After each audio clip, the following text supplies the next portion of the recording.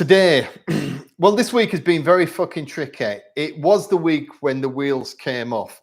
And what I'm going to share with you tonight, or this afternoon, depending where you are, or even this morning, is I'm going to give you my weekly catch up, give you my numbers, weight lost or not, and where I'm currently at. We're going to talk about the difference between getting started and the motivation to carry on. Because what got me started 5 weeks ago is not working now. Trust me. I'm having to look at it differently moving forward, as this kind of tricky week has shown. I'm going to talk about the advice I've got on here, which has been incredible. I'm going to talk about shirts. What the fuck? But maybe the biggest high of the week has been shirts for me. I'm going to talk about refeeds, because quite a few people have asked about refeeds and cheat days. Do you do them? And I don't like them because I think they're not good for me. But actually, I'm going to talk about refeeds. I'm going to talk about light training, because Greg, who's on here, gave me a massive poke in the eye, beautiful poke in the eye of a gorgeous man, saying, think about light training. So we're going to talk about that and if it's suitable for me. I'm going to talk about some of the issues I've had this week in personal stuff, relationships, because of the diet, because of the transformation. And what I'm also going to do is I'm going to answer the questions that I get on the channel. So every day I get comments. People say, what about this? What about that? What I like to do is bring those together, because I think one person's thinking it, there's going to be another 100 people thinking it. So I'm going to answer them on here. You've got points to make. You got any questions you want to ask? Throw it into the chat. I promise you I will come back and look at it all at the end. Weekly catch up. Right, we're going old school. Hey, a massive post-it note. Don't you just love old school? Right, so this has been my week. And it's fairly self-explanatory. I've had 208 grams of protein, 75 of carbs, 47 of fat, 1,585 calories. That's my average per day. This is over 6 days. So I was working yesterday. I couldn't weigh myself. So this is the weight from Thursday morning. The loss is 1.4 kilos, which is 3 pounds, which is half a pound a day. So I'm pretty pleased with those numbers as they stand. My aim, the only two numbers that count for me are calories and protein. Couldn't give a fuck about carbs or fat. I don't care if it's massive carbs, low fat, high fat, low carbs. The only thing is that let me get it right. 1 gram of carbs has 4 calories. 1 gram of fat has 7 calories. So depending on what you like or what you eat, the truth is that carbs you're going to be able to eat more carbs, 75% more carbs in terms of grams, in terms of volume. Weight, not volume, weight. But some people prefer fat, they get more full on fat, etc. But the most important thing is there, 1,600 is my aim for an average per day. 200 grams of protein, we're in. Come on, bring it home to daddy. What I'm going to do now is show you the average for the month before. So it's exactly the same amount of protein. So this is the 5th week. This is the 4 weeks before. 87 carbs, 37 fat, 1521 calories, and I lost 16.9 pounds, 7.7 kilos, which is 0.6 pounds a day. So the thing is, I'm slightly down on how much I'm losing per day for very, very similar numbers. But here's the thing. I had the juicy first week, didn't I? The first 7 days, 7 pounds, most of it weight loss, water loss. So roughly the numbers are the same. So the most important thing for me to take away from that is that it's working in my target, which is 5 stone, which is 70 pounds, which is 32 kilos in 5 months. It's half a pound a day. So this last week has been absolutely brilliant for that. And it's worked very, very well. But the difference is, at the moment now, is that this week I've had to find motivation. And I think that getting started in a weight loss or transformation program is very, very different than once you've got the thing up and running and you're trying to maintain it. So for me, it's always been pain and fear that got me started. And I can remember back to 2010, the advantage of having the spreadsheets from 2011, when I first lost 72 pounds. So I lost 5 stone, 72 pounds, and it was a 5 stone and 2 pounds in 5 months. The first time I did it, I have all the spreadsheets.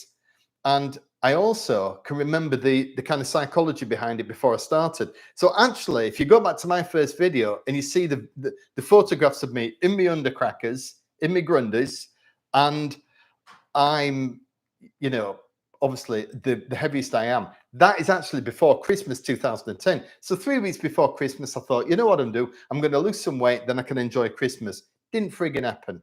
Then you get to Christmas, you think, I'm going to start New Year's Day. Number one day in the year when people start a diet, obviously New Year resolution. So I sit there and think, I'm going to do this. So, but it's Saturday. It's against the law to start a diet on a Saturday. Plus, I'd have probably had a load to eat on New Year's Eve. I'm feeling a bit shitty. So I'm thinking, right, tell you what, see out the weekend, start the Monday. That's a third. So what do? You sit there and mow your way through food. So then you wake up. This is how I do it. Sunday night, it's Last Supper. I'm going to just eat as much as I can. And I can eat 5,000 calories. So look at this bad boy. This in the UK is a bar of chocolate. It's a big bar of chocolate, right?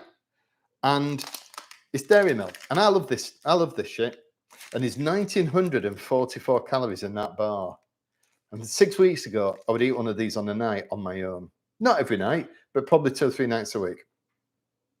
1,944 calories. I'm only eating 1,600 calories a day, and I would eat that on my own. And that's what it was like. That's what it was like back in the day. So the thing is, I'd sit there and eat 5,000-6,000 calories in a day before I start a diet. You wake up, you're feeling shit, and then all of a sudden, then you sit and you go, I'll make this a transitional day.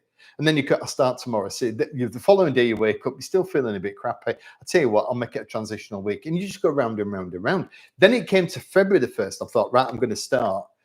And it was and I didn't, just like, I didn't start. So then I can remember at midnight on the 1st of Feb, I sat there and I started a blog and I wrote it, and I can remember the first entry, and it was self-disgust is in itself disgusting. Why does a smart guy like me eat food knowing he's giving a bad example to his kid? He's going to take years off his life, and so on. And I just did it, and it was all pain and fear.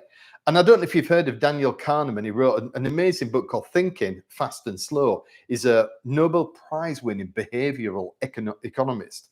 And he's a researcher, basically. He's a scientist. And he did it on behavioral economics.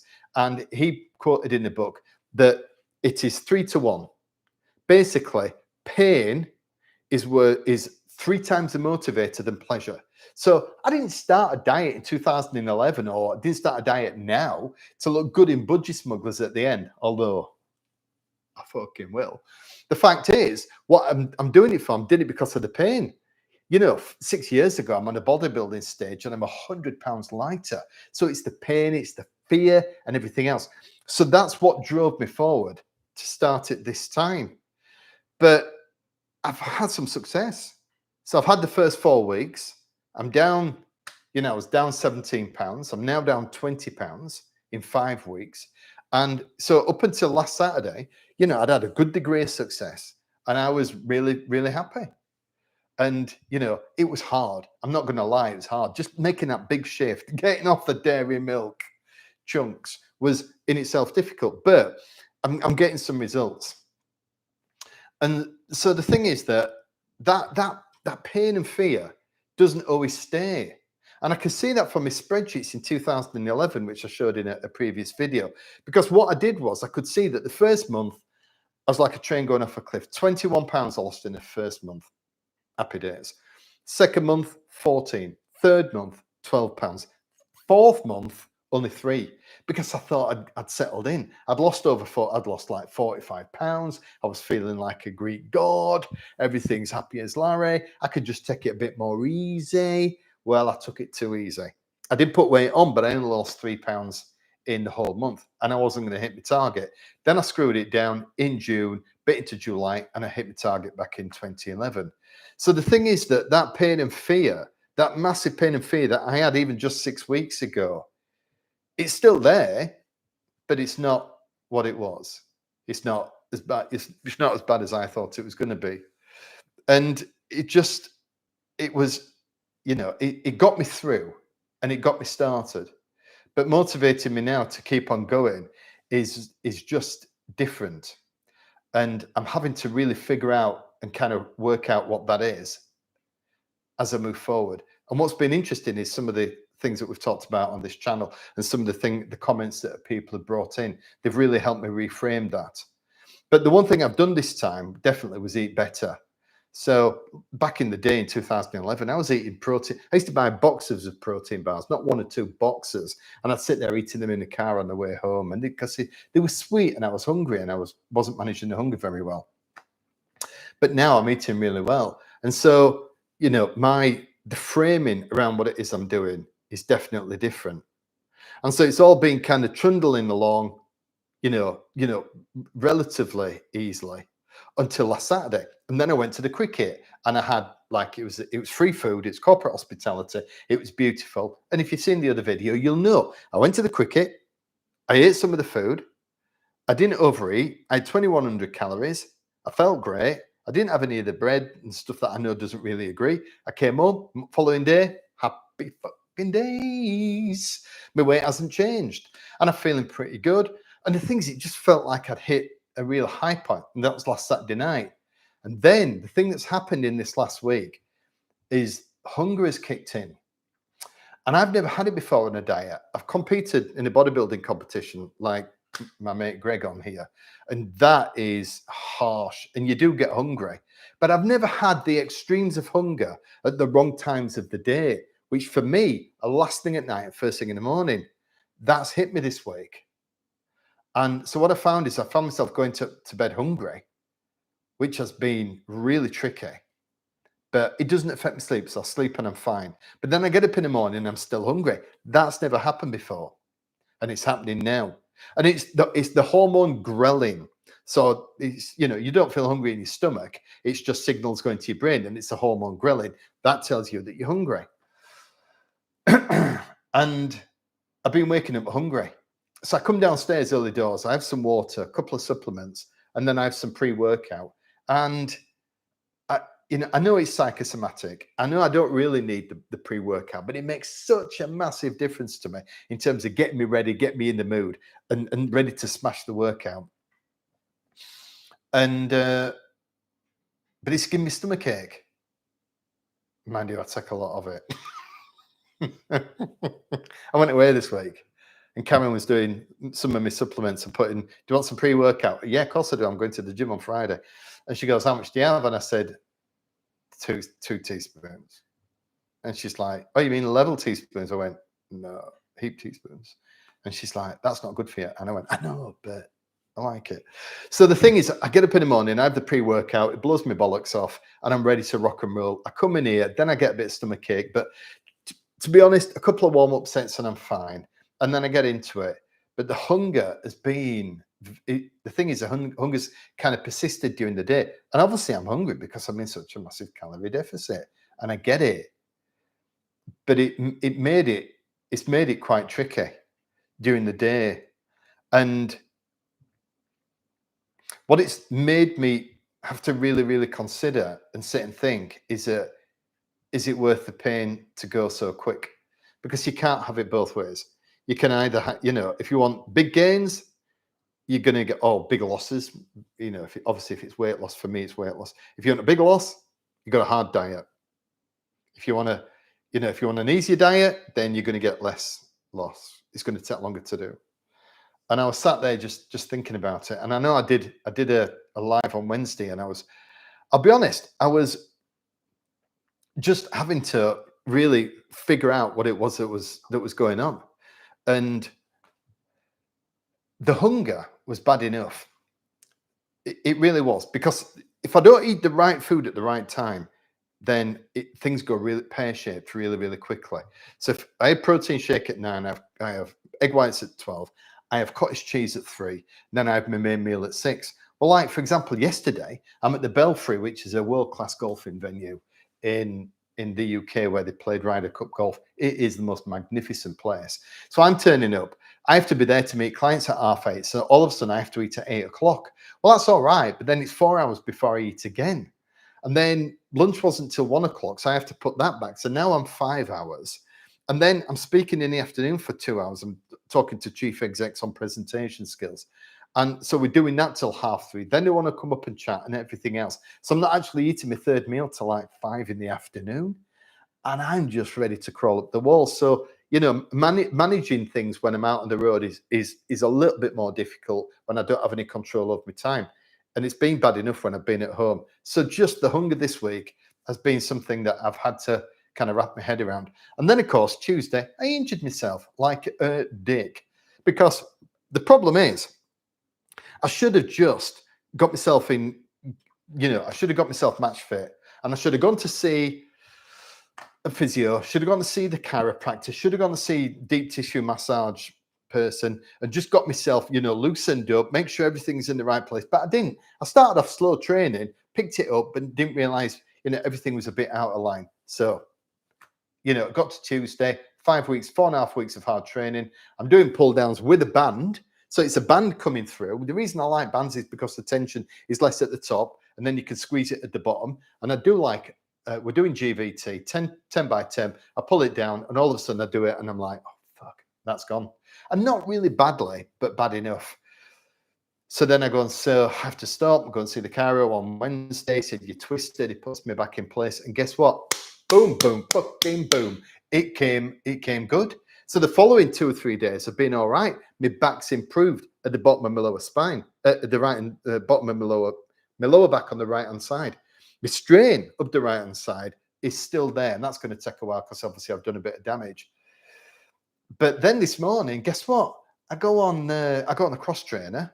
And I'm on there. I'm listening to a podcast. I get an idea. I've got a notepad, so I get off quickly, write it down, come back up, put my foot. Things still going around. Hit my toe. That didn't hurt it, but it jarred me back, and it was like Jesus.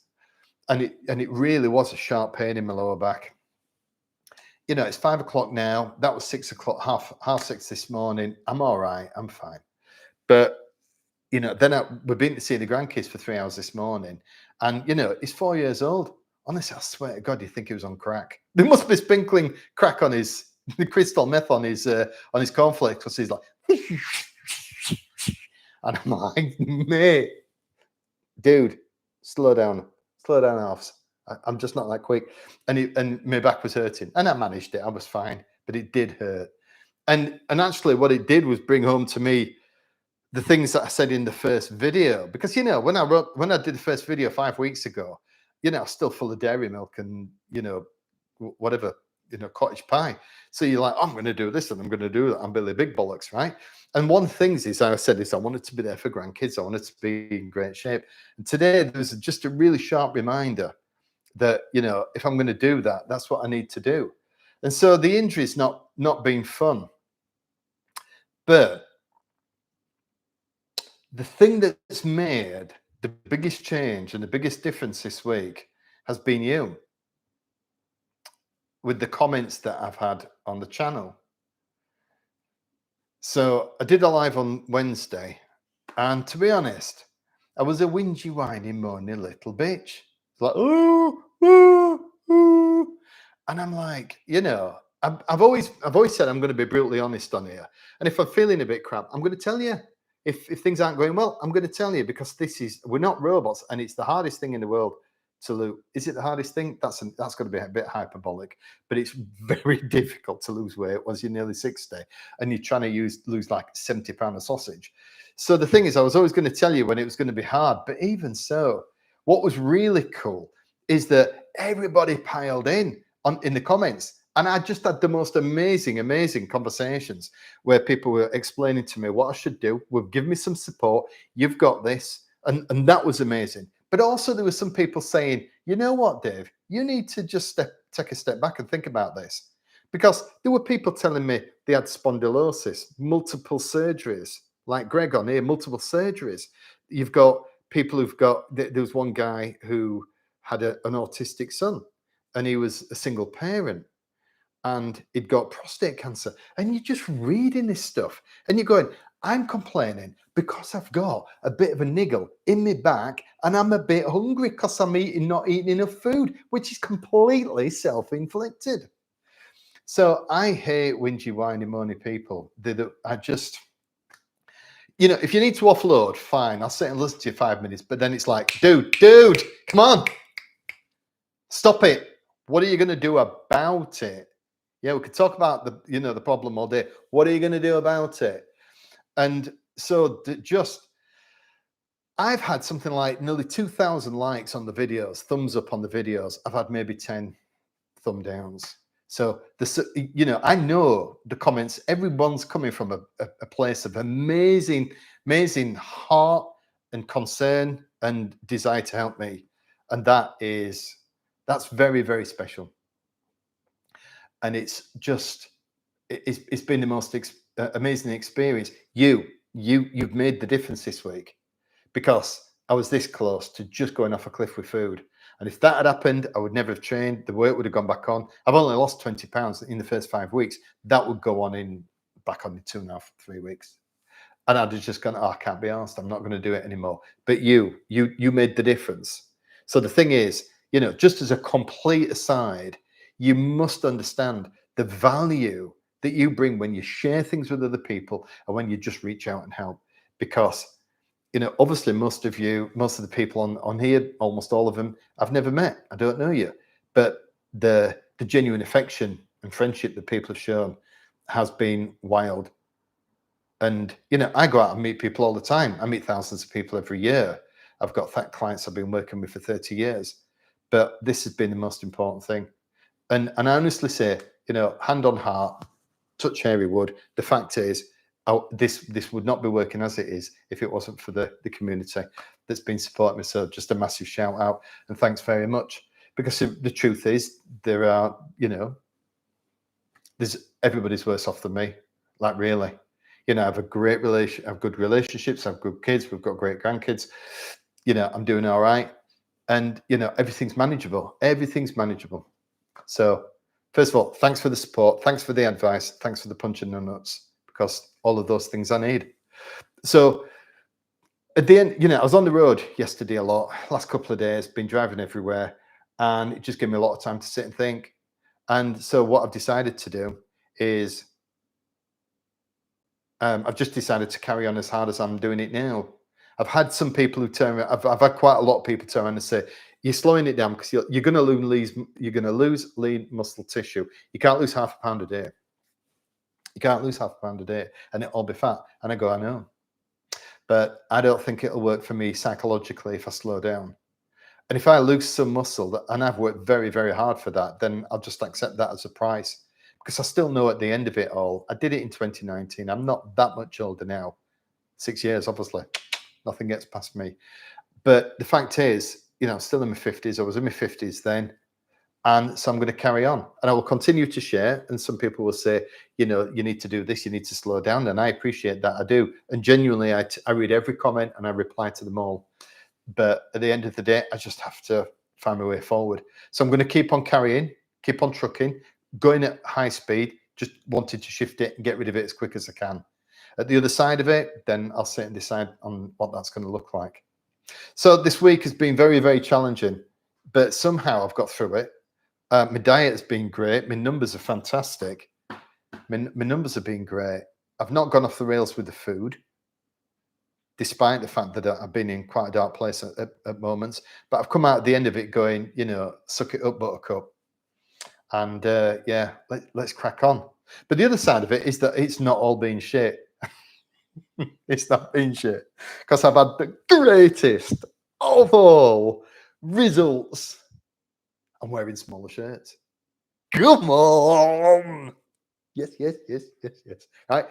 So I've always said one of the greatest things about losing weight is buying smaller clothes. Now, me, when I was my biggest, and I'm a professional speaker, I stand up in front of audiences, major audiences. I've spoken in 60 countries. I have very big clients, and they expect me to turn up and look the part. And so what I've had to do, this is what I've been wearing. It's like they call it a shacket, which sounds really rather rude, but that's basically what it is. So it's halfway between a shirt and a jacket. And the reason I wear it is because it's quite thick material and it hangs down. So I've had this massive muffin top, bursting out my trousers for the last 3-4 years. And that is the best thing to wear. So I wear it, it hangs down. It doesn't make me look obese, even when I am. And it's worked really well, but that's not the shirts I like. Do you want to see what I wore yesterday? You do, don't you? Oh, look at this bad boy. Hey, don't be jealous. Look at it. Hey, isn't that beautiful? Do you want to see the shoes that went with it? Look at them. Look at them. Yeah. Clothes to take your eyes out. They could hurt your eyes if you get too close to clothes like that. And I've worn clothes like that since I was like 16. I've always loved them. You know, even when I was like 18 and I was going partying downtown, I get a two-piece suit and a shirt like that underneath. And, you know, trust me, in my hometown, you stood out. And, you know, but I like the shirts. I like the color. I like the vibrancy of it. But the thing is that I've been in triple XL, and the triple XL in those shirts with a muffin top just made me look ridiculous. And a few weeks before I started doing this transformation, I was doing some work. I was a keynote speaker. I'm doing all the PR and media stuff afterwards. They're taking loads of photographs. They appear all over LinkedIn. And I'm just sat there looking like that going, fuck me, dude. How embarrassing is that? And I did. So the thing is, I've been wearing the big shirt to cover it all, a shirt that hides 1,000 sins. But for the first time ever, I mean, I'm wearing 40-inch waist trousers. So trust me, I'm still a unit, right? I still look a tub. But it's the first time I wore that shirt or wore a shirt like that. And my stomach was relatively, and I use that word carefully, relatively flat. And I looked and felt great. And there was a couple of guys who were all BBC doing media yesterday. I'm going to get footage. I'm going to get loads of really high quality photos. And I think it's going to just show me a difference. But I've always said, I don't know why, but it means that much to me. When I was losing weight back in 2011, I can remember I got like 3 months into it, and my son bought me a designer t-shirt. First time I'd ever had one. And I went and got this designer t-shirt. I felt $1 million. Don't know why. It wasn't mega expensive, but it was Paul Smith, a British brand. And it was just beautiful, beautiful t-shirts, what I always wanted. And he got it to me. So buying smaller clothes has always, you know, been just massive for me. And I just felt great. I just felt great yesterday. And I stood up and, you know, I'm a confident guy. I've learned how to be confident being fat. But you're fighting through something all the time to make yourself like that, you know, and I do it. But you know, the other thing is I have clients that I've been working with for the longest is like 15, maybe 20 years now. Well, the longest is 23 years. So they've seen me when I was super fat in my 30s. And then they saw me when I lost the weight in 2011. Then they see me get fat again. Then they saw me get in shape for a bodybuilding competition. I tell you, if you ask, you know, Greg on here understands, and there might be one or two other people, if anybody else has done a bit. The worst thing in your life, the thing that will ruin your life forever, is entering a bodybuilding competition. Because to get that lean, it's the most extreme thing. And you know, we have a phrase in bodybuilding: I've never felt so bad to look so good, but you look like nothing on earth. And photographs don't, you know, just distort the image, because you see a photograph of me and all the time people just going, you're on steroids, you're on steroids. No, dude, I was like 12 stone, wet through. There's nothing to me. In a t-shirt walking down the street, you won't pay a second glance. They go, yeah, but look at the size of you. That's on the photograph or even on the video.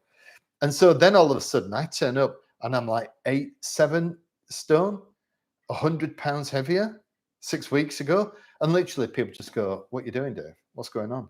They literally just think that something's wrong, something's happened. So get back into decent clothes, happy days. Second thing that's been a big change is tonight I'm going to have a refeed. Some people call it a cheat day. And, you know, there's been a great guy on here, a fantastic guy called Graham, and he's been on my case going, Dave, you need to pop the balloon. Just, you know, just give yourself a chance. So let's have a quick look at this. Just very quick chat about it. People define a cheat day as basically just coming off your diet plan, but it depends what kind of personality you are. So some people just go, right, I've been dieting for 5 weeks, which is what I have. I've not had a day above 2,100 calories or 2,000 calories, apart from the cricket a week ago, which was almost all entirely protein. I had something crazy like 270 grams of protein, almost no carbs. But it's like, so I'm just going to eat anything. And honestly, fair play to you. I was watching a guy called Jay Bennett on Facebook the other day, and he's like 20 years younger than me. So, he's not an older guy like me. But he just talked about having a burger. And he said what he did was he wanted the big, greasy, beautiful, stacked burger with the fries. So what he did was he cut down on the food during the day. He had that, cut down on his calories a bit the following day, did a bit more CV, didn't put any weight on, happy days. So if you want to go out and have a dirty burger, and have a proper cheeky cheat meal, then that's fantastic. The problem for me is I just can't do that, because if I had something that was at high fat, high sugar, sit down and eat whatever the chocolate, then I would probably have a drink. And if I have a drink, it's not that I'm an alky, but it's just the fact that the alcohol, that loosens my willpower, something chronic. And I reckon I could shift 4,000 or 5,000 calories in a day dead easy. And in 2011, in June 2011, I have the spreadsheet, and there's 2 days where I had nearly 4,000 calories. Don't know what happened, didn't put anything in the sheet. Don't know why, but it took me, I put a ton of weight back on. It took me 5 days to clear it, lost nothing for the week. And that psychologically is not where I want to be. So for me, it's more of a refeed. So what I'm going to do tonight is have a curry, but it's from the supermarket. It's dead fatty. It's like 550 calories, but it says what it is on it. I'm going to throw in some chicken sausages that Karen's cooking, and I'm going to have some rice, because normally I wouldn't have the rice. I wouldn't have any carbs. But one thing I'm not going to do is have the bread, because that'll blow me up. So I'm going to have the curry, chicken sausage, add the rice. That'll be about 1,000 calories. And then I'm going to have some chocolate, because it's all about the chocolate. So the kids bought me these the other day. Father's Day, right? Still not opened. So the thing is, I'm going to have some of these. Now, I could eat the dairy milk, but I will just eat it all, and that's 2,000 calories. It'll make me feel sick, but I open it, I'll eat it all. I kind of know that. These are individual, right? So they're like 61 calories a piece on average. So it's just a different thing. It's sealed. I'm going to open it up and have a look. So I shouldn't have opened them, should I? They say you're going to spoil your tea if you have something to eat. I'm gonna have that one. I'm going to start my refeed now. I shouldn't have done that, should I? Fucking hell, that's nice. That's making my eyes water.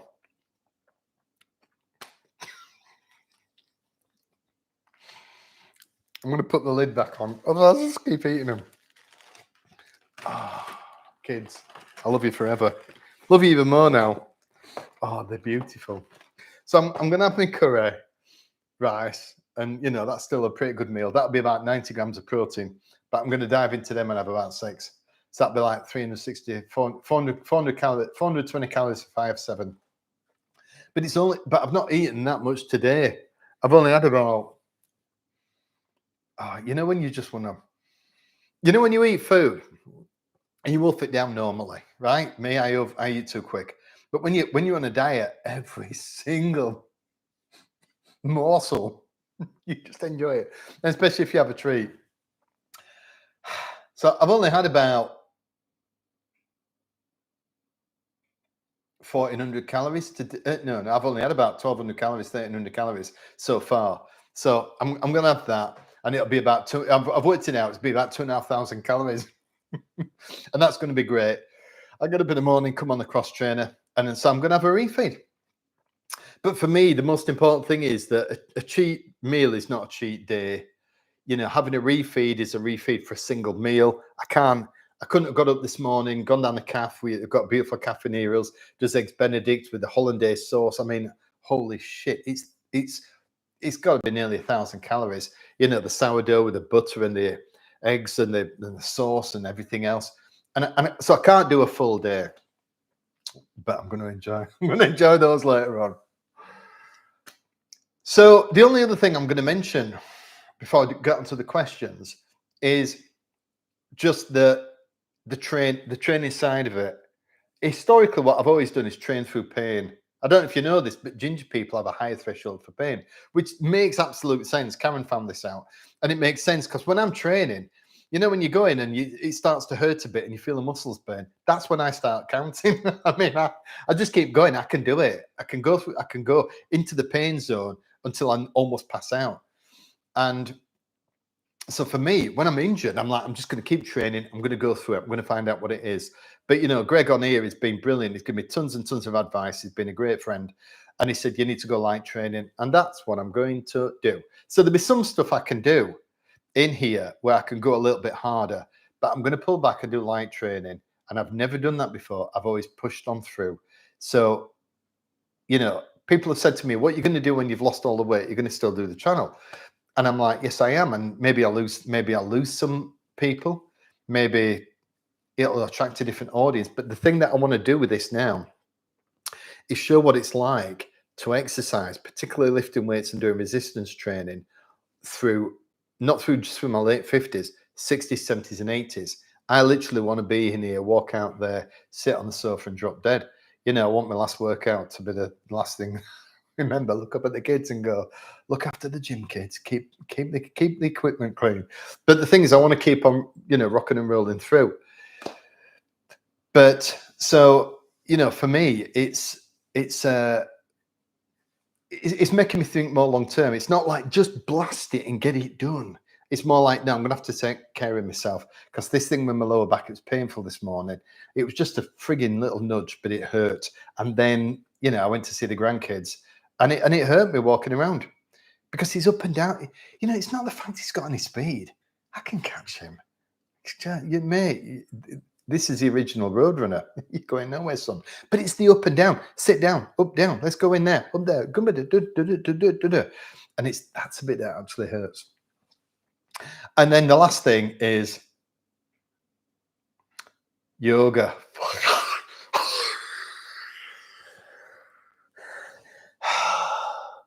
I've known Karen 14 years, and every day she said, today's the day you're going to do some yoga. And I'm like, oh, go on then.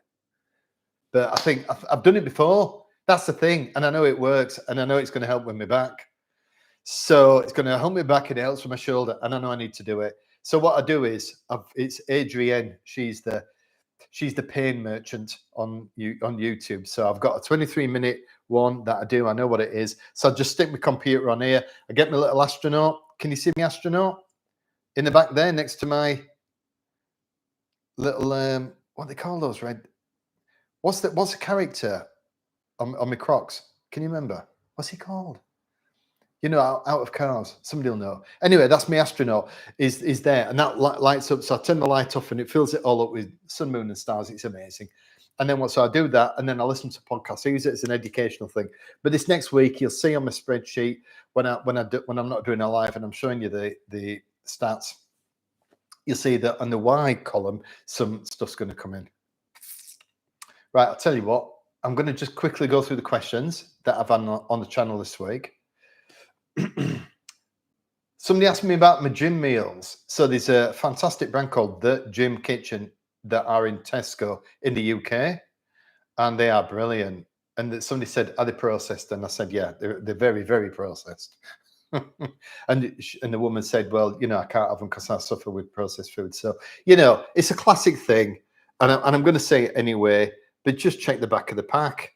If there's something in there that's going to hurt you, because a lot of people now understand about allergies and food intolerances, and a lot of people can get tested for it, and just find out, just remember what it is. But they are amazing for like 400 calories. They're a lifesaver.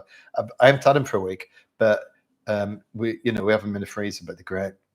Someone wanted to know, somebody said, I want to do my own channel like you, but I don't feel charismatic enough. Well, charisma is given to the chosen few, my friend. Oh, yes.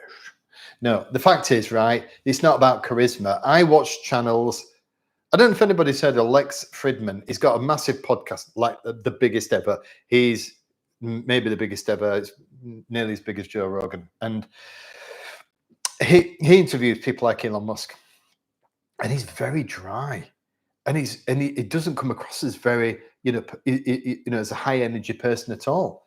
But he's got an amazing podcast. So the fact is, this is a complete aside because it may never affect you. But if you are on a transformation journey, whether it's getting yourself fit, because you want to do high rocks or because you want to lose weight or whatever, I tell you now, doing a YouTube channel is incredible. And I'll tell you for why. Because it's lonely. This is the loneliest thing in the world, losing weight. You know, Karen, she's my beloved, she's my soulmate, and I love her more than anything I can say. And we live and work together all the time. But she don't want to hear me sit there and bleating on about, blah, blah, blah. I'll come in and tell her I've lost some weight. She goes, yeah, fine, fantastic. So what do you want me to get from the supermarket? Have you got any washing to do? She's got her own shit going on. And so the thing is, I'm lost in this world of being hungry and trying to train and, and getting excited when I lose weight. And she's pleased for me. Of course she is. But it's lonely. And that's why some people have said to me, I'm glad I found this channel because I was lonely. And now I've got like a little community. Honestly, whatever you do, this is a great way to do it. And this doing it live is really important because I feel like we get a greater connection. It's more natural. You get to really see who I am. The other videos are scripted. I write them out, script them out, spend 5 hours doing it, read it off a teleprompter, so they're nice and punchy, so you get as much value as you can in the shortest amount of time. But then I start doing lives and people seem to have picked it up and run with it, and it's been pretty cool. What will maintenance food look like?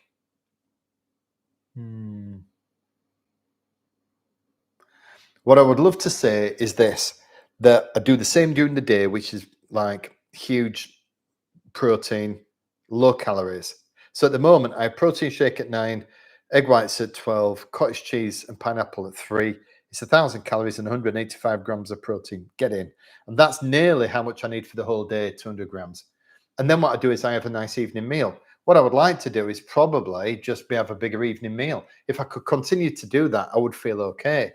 And at the moment, it doesn't seem to be an issue. I'm hungry now because I'm not eating enough food.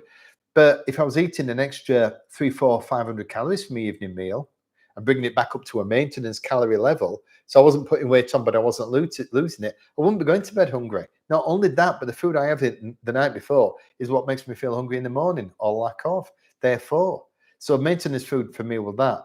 I had a moment the other day. I got some cottage cheese and I ate it and I nearly felt sick. I just didn't like it. I said to Karen, I think I'm going to have to swap this out for something else. So we're thinking of using turkey rashers because I love turkey rashers and they're dead low fat and they're just amazing. But there's nothing to them.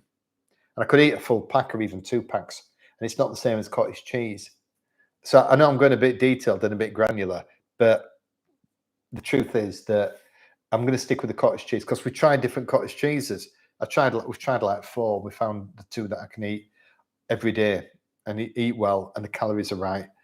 You've just got to experiment. So for me, maintenance is still going to be mega low fat, low calorie during the day, and then hopefully more food for my evening meal, and then hopefully we'll go back to that. Because Karen the other day, in fact, I'll come back to that in a minute. I've got a point to make.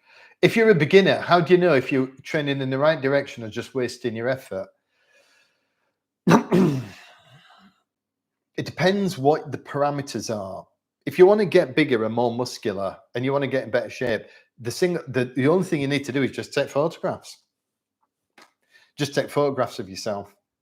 And if you're not putting on muscle, if your arms aren't getting bigger, if your shoulders not getting broader, if you're not getting a bit of a taper, if you're getting a bit more, you're not getting more definition, then that's not working. It might be strength. You just measure your strength, write down what you weight, what you're lifting, go in, just progressive resistance. Each time increase it just by a very, very small amount, literally 1 kilo here, half a kilo there, and over a 12-month period, you should be lifting more. And you're lifting more, you're probably putting on muscle. But you've got to put in line what it is that you want to do. I mean, he's put training, so I'm not going to mention weight loss. For me, it's just numbers. I need to lose it. I don't care where it comes from, lean muscle tissue, water, fat, I don't care. Just make me less of me. And that's the only thing so the weighing scales every morning, that's my North Star. How do you deal with family and friends who harpoon your intent, plans, or time with their own ideas? This is tricky. Right. I could be quite cruel if I wanted to be, and I don't. I would never choose to be. But there's a very simple truism. If you go on Facebook or LinkedIn or social media and put you're in a shit place, you've had a bad week, something bad's happened, blah de blah, you're going to get a ton, and I mean a ton of comments. People are going, "It's all right, hun. You know, it'll be right. It'll be all right in a week. If you need me, you know I'm here." All that shit, right? So you'll get a million of them. You go on and turn around and go, "I've had a great week. I've got a massive bonus. We're going out smashing it. We're going to an Ivy. We're going to a Gordon Ramsay restaurant." You never guess what? Been able to put a deposit down on a 50 grand BMW. You're going to get 2 comments because it's just human nature to want to step in and help when you're in a place of pain. But when you're doing well, there's a whole range of psychological problems there.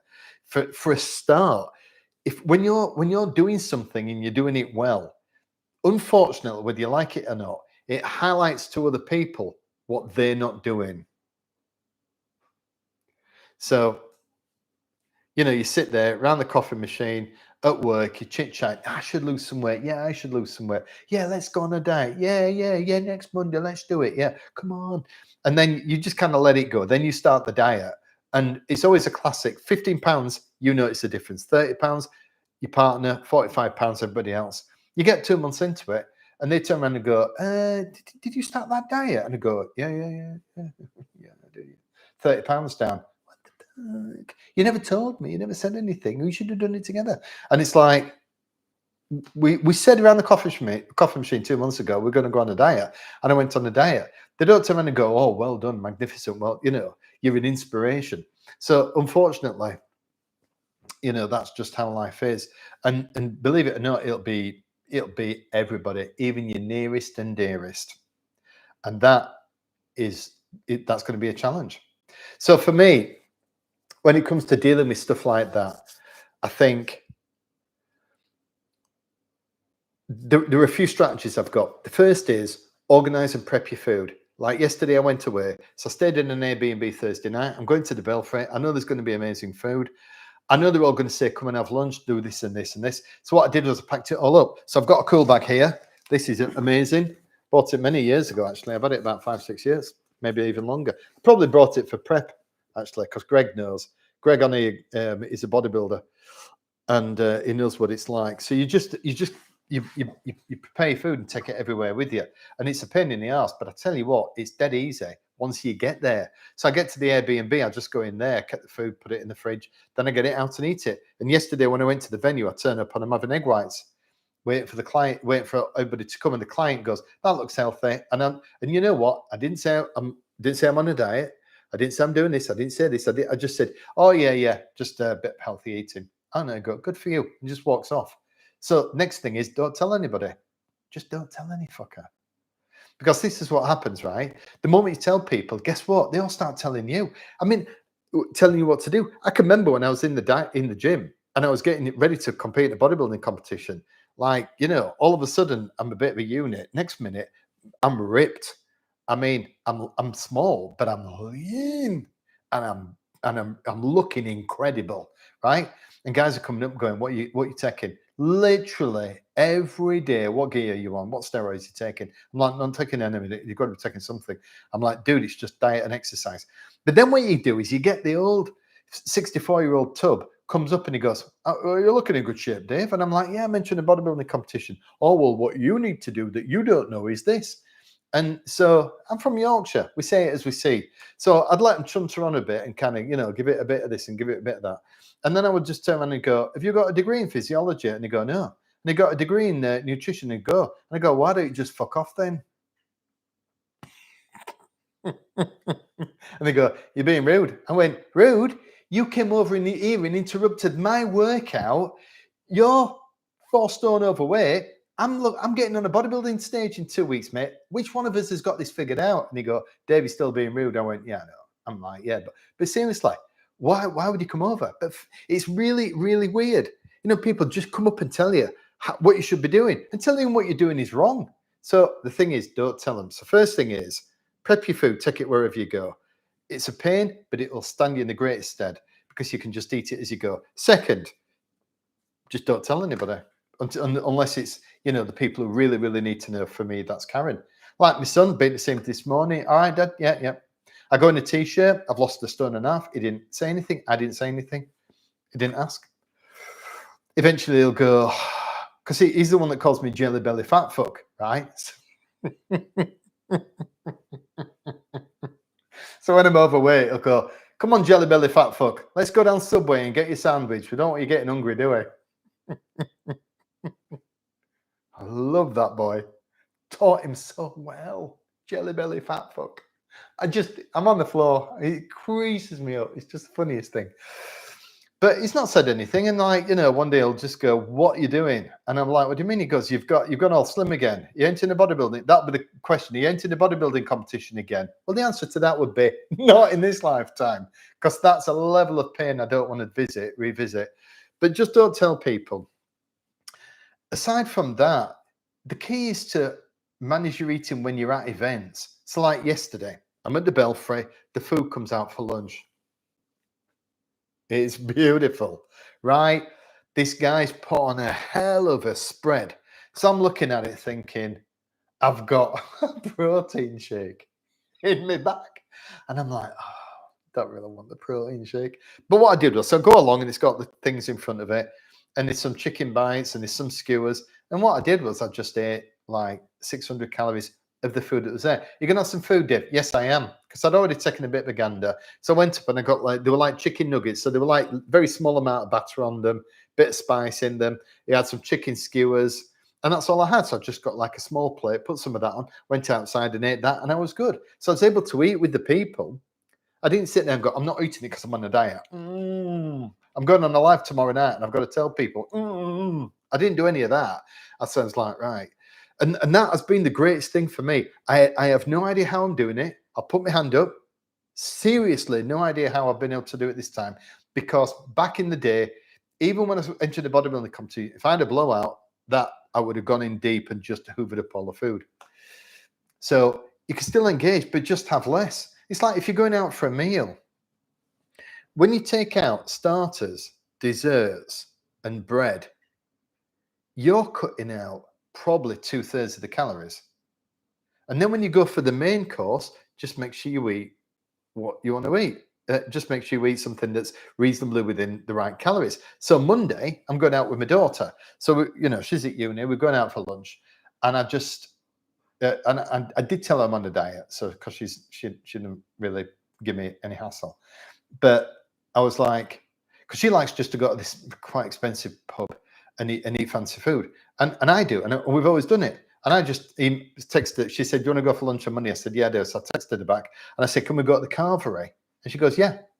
I said, because I'm on a diet and I just want to control what I eat. So I go to the Carvery and all I do is I get a big plate from the Carvery and it's just pang full of meat. So I get the chance to have meat I wouldn't normally have, like gammon or turkey and other bits. And then what I do is I bypass the carbs. That'll be my lunch. It's 12 o'clock. That'll be instead of the egg whites. And then I just have a couple of sauces. And it's just nice. I have a little bit of gravy. Like a little bit of gravy on the turkey so it's not too dry. And I must be having easily 100 grams of protein. And yeah, I'd like the Yorkshire pudding and the roast potatoes, but I won't eat them. But she can have them. She doesn't care. And we're just having lunch. So then it's just managing it. And also looking forward. So, if you're going out for a meal with somebody and, maybe it's a big event and you're going somewhere and whatever, then just look at the menu and see if there's something that you can have. Where family have designs any time and it conflicts with your I've just put the same question down twice. Loose skin. Oh, that's a big one. Right. Dead simple. You'll be shocked how much weight you can lose in terms of fat. You learn this entering a bodybuilding competition. So in a bodybuilding competition, in a natural bodybuilding competition like I entered, heavyweights was 78 kilos and above on some stages. 78 was a heavyweight. That's only 180, that's like 175 pounds. That was considered a heavyweight. A lightweight was somebody who was 70 kilos or under, then middleweight was the one in between. So the fact is, and they know that because to get properly ripped like you do on a bodybuilding stage and look ridiculous and you're like really super lean, the problem, it's amazing how much fat you can lose. So I meant to do this and I forgot. I'm a world-class memory guy and I forgot to do this. But if you go back to my first video and just scan through really, really quickly, you'll see a photograph of me on stage. You'll also see a photograph, more importantly, of me stood with my mate outside the British Championships. And if you look, I've got some like tracky bottoms on, and you can see the loose skin at the bottom. So even though I'm that lean, I've got loose skin, but not as much as you think. So I'd lost, again, 70 pounds. So the thing is, people talk about loose skin, but actually, depending on where your starting point is, the truth is you can kind of lose a lot more fat than you think. And then the skin will shrink down. I'm not an expert on this. All I can say is, from what I've seen and what I've read, the slower you do it, the less like you've got. The slower you do it, the better you're going to be, because the slower you lose the weight, the better you're going to be, because you're going to have the skin has got the chance to become kind of shrink with it, so to speak. That's the first thing. The second thing is, it does depend on your starting point. We've all seen the 600 my 600-pound life. Somebody who's losing 300 pounds is going to have a huge amount of skin, and that's only going to come off with surgery. As for me, this is where my vanity kicks in, because I had a chat with a friend of mine, a woman who lost 8 stone, so that is 110 pounds, give or take, and so 50 kilos, and she got a mini tummy tuck. I said, "How was it?" She went, "It was brilliant." She got super lean, super tight. She went and had a mini tummy tuck, just got the skin off, threw it in the bin. And she says it's amazing. It'll take you 8 weeks to recover, but you could do that. And I would consider it. I mean, that would be just the ultimate in personal vanity. But I'm going to get myself in great shape. I have the muscle. I've done it before. I know what it looks like. And if I have got loose skin, which I will do at the bottom, then and if that spoils the aesthetic about how I feel, about what I see, about what I want to achieve, about what I want to achieve in the gym, because I'm going to be doing more workouts and I'll do them topless, because I want to be able to show the muscles and show how they work in conjunction and all that other stuff. If it makes a big enough difference to me, I'll just go and get it cut off. I'll just go and get it. I'll go and get surgery, which is kind of crazy at my age, but that's what I'll do. And I'll say it out loud. But we shall see. I've got a very, very long way to go, but I think you've got to deal with it. I did everything. I did everything. I got miracle oil. It was literally called miracle oil before I competed. I just kept rubbing it on my tummy. I got a corset and wore it in bed. There was nothing. I didn't take any drugs. But everything else I was prepared to do. So, I got the cellophane because it would rub it. So I got cellophane. So I got cellophane around my waist, really tight. Then got the corset, pulled it around, and slept in it overnight.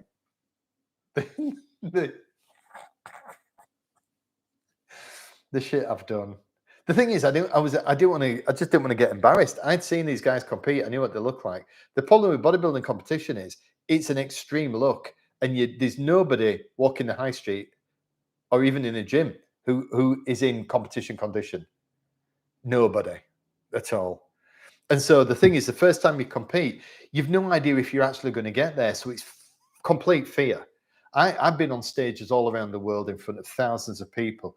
The day I stepped out on a bodybuilding stage, I was absolutely shitting myself.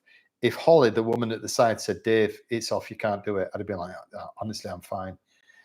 And because it was a weird thing, because at the gym, I just mentioned to a few people, I said, "I'm doing this," and they all went, "We'll come and see you." And I thought, well, obviously they're not going to do that, and they did.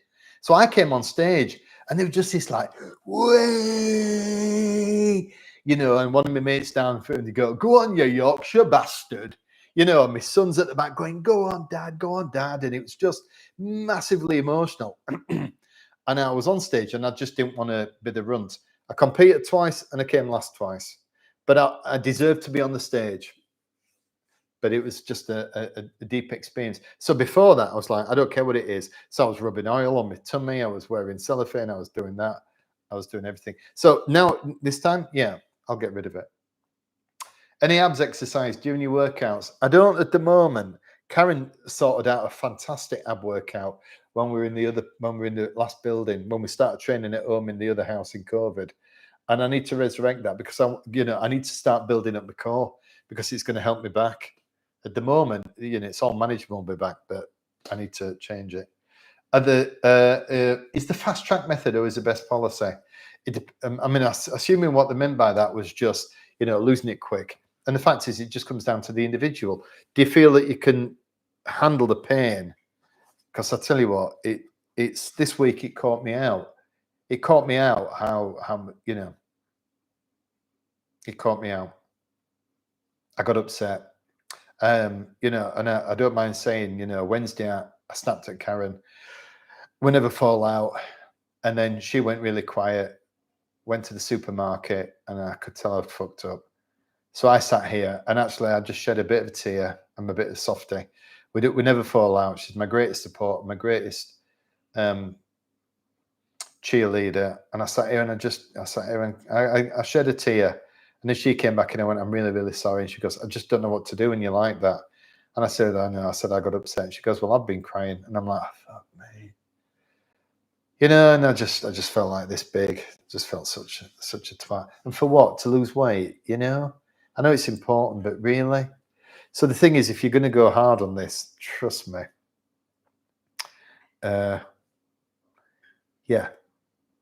it's not going to be fun. There's going to be a price to pay, and it's going to be painful.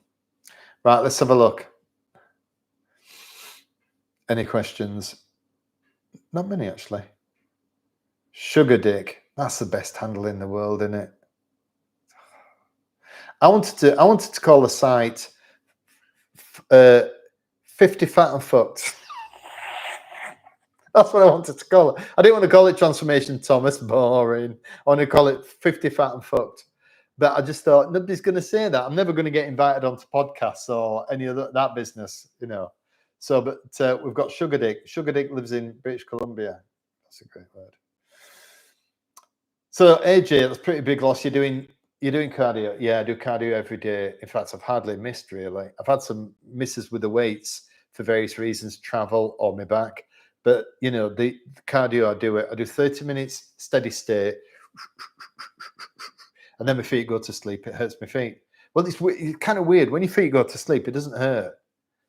But they go numb. It's really uncomfortable. And I don't know if it's because I've got lack of flexibility in my ankles or because of my weight, but I just can't do it. I could do 30 minutes, get off, 2 minutes, get the feeling back in my feet. Then I do high intensity. Now, when I say high, that thing goes up to 20.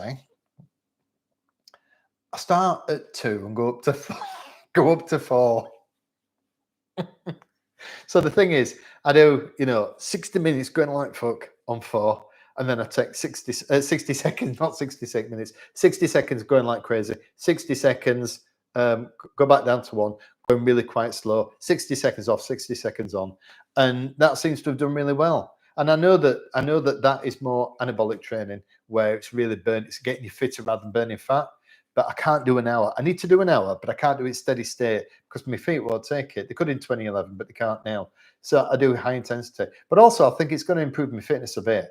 And I really couldn't care less about it in almost any measure. But I know it's a good idea, and it's still burning fat, isn't it? You taking any testo booster, Alejandro? Hi Thomas. Are you taking any? No. Tonkat Ali. I've never taken. No, I never have. I mean, obviously, I know what Tonkat Ali is because it's been out there, sold here, there, and everywhere. I just never needed it, so I've not really bothered. Plus, the other thing as well is at the moment is that just diet and exercise, getting good sleep, good supplements. I have lots of supplements. Vitsi, Multivits, Carnitine, CLA, obviously creatine. Mainline in the creatine. Love a bit of creatine. So I'm doing all that, but I don't think the testo booster is going to have, so a testosterone booster is not going to have as much effect as just losing weight. I know that weight is is a negative, has a negative impact on testosterone. So just me losing weight is going to help improve it. I've not had my bloods done. Somebody asked me the other day, actually, a guy yesterday, chief exec, said, "Did you get your bloods done before you started?" No, I didn't. I should have done. There's a lot of stuff I should have done before I started, so I got a bit of a measure. But I'm losing the weight. My blood, I've mentioned my blood pressure, and that's come down. So I'm going to wait until I finish this and then see about using a testo booster of some kind. But I need to be kind of very level for quite a few months with my weight being as low as it's going to get, and then try it. Otherwise, you don't know if it's working. You have Zepbound in the UK. It kills hunger like no food, noise, no appetite, total character. Mate, I'm with you 100%. I know that the fat loss, the weight loss jabs work. I know they do. I know they do. But the thing is that, I don't know, and I've said this before, and I'll say it again. I think psychologically, if I know that I can lose weight with no hunger pangs, but still eat shit food, I think I will. And that's what I've seen other people do. So other people, even with they take the weight loss jab, they lose the weight, happy days. But at the other side, the problem is that they're not changing their eating habits. So doing this is forcing me to changing my eating habits and make sure I get a grip on my numbers, how much my macros are, how many calories, where the food's coming from, the quality of food I'm eating. So yeah, I don't like the hunger any more than anybody else, but it's just, I think it's part of the price I need to pay. I'm not a masochist, and I'm not some kind of martyr, but I think it works well for me.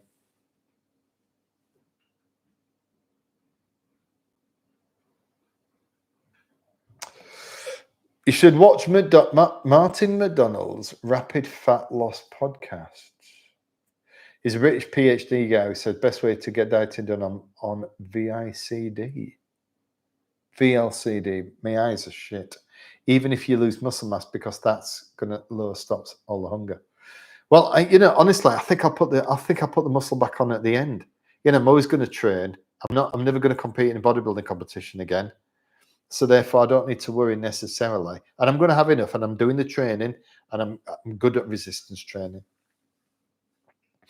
It would be great if you make a video about that cheat day, Alejandro. Yeah. Well, it's interesting because what I'm doing on here is I'm trying to get a handle on what it is that people want to hear about, because there's no point in me talking about something you don't want to see. And when I started out doing this, I thought training would be something most people would be interested in. But if you look at my videos, the training one has got the lowest views by a mile. And then the next one has been talking about, I did the other day, I did one on, eating out, diet plan, how to manage eating out. And it's just had the low, very low views. So at the moment, I'm just collecting data and ideas, and I need to get a bit of help off an expert on where it is that people are interested. And I would do anything. I think that would be really good. To do a day on a cheat day. I'm certainly gonna do more on food, because I was thinking the other day about substitute foods. I have this food or I have this food. It kind of tastes the same, does the same job, but one's 200 calories, one's 600 calories. I say 400 calories, and so a very simple example: you can have bacon or you can have turkey rashers. I know turkey rashers are processed. Personally, I don't give a fuck. Turkey rashers are a fraction of the fat and calories of bacon, and they taste nearly as good. So, those are the things I want to share and talk about, just to help people get through this, because otherwise your diet gets really small and limited and a bit shit. In the US, we call it disinhibition. Disinhibition. Once you have a hyperpalatable food, all hell breaks loose. Yeah, absolutely.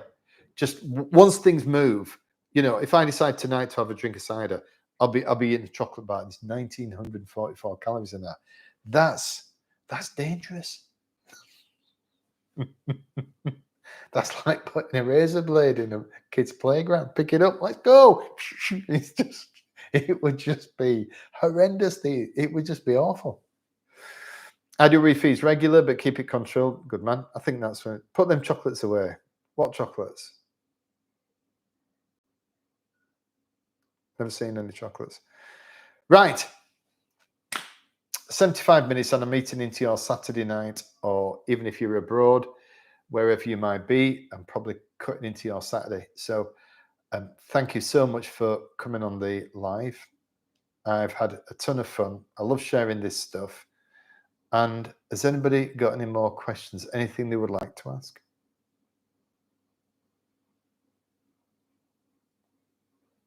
I'll take that as a no. I can see that some people are still on here. Yeah, mate, thank you. In their masses, mate, thank you. You've been a brilliant supporter. Fantastic. Thanks for commenting as much as you do. Means a great deal. I read them all. Cheers, mate.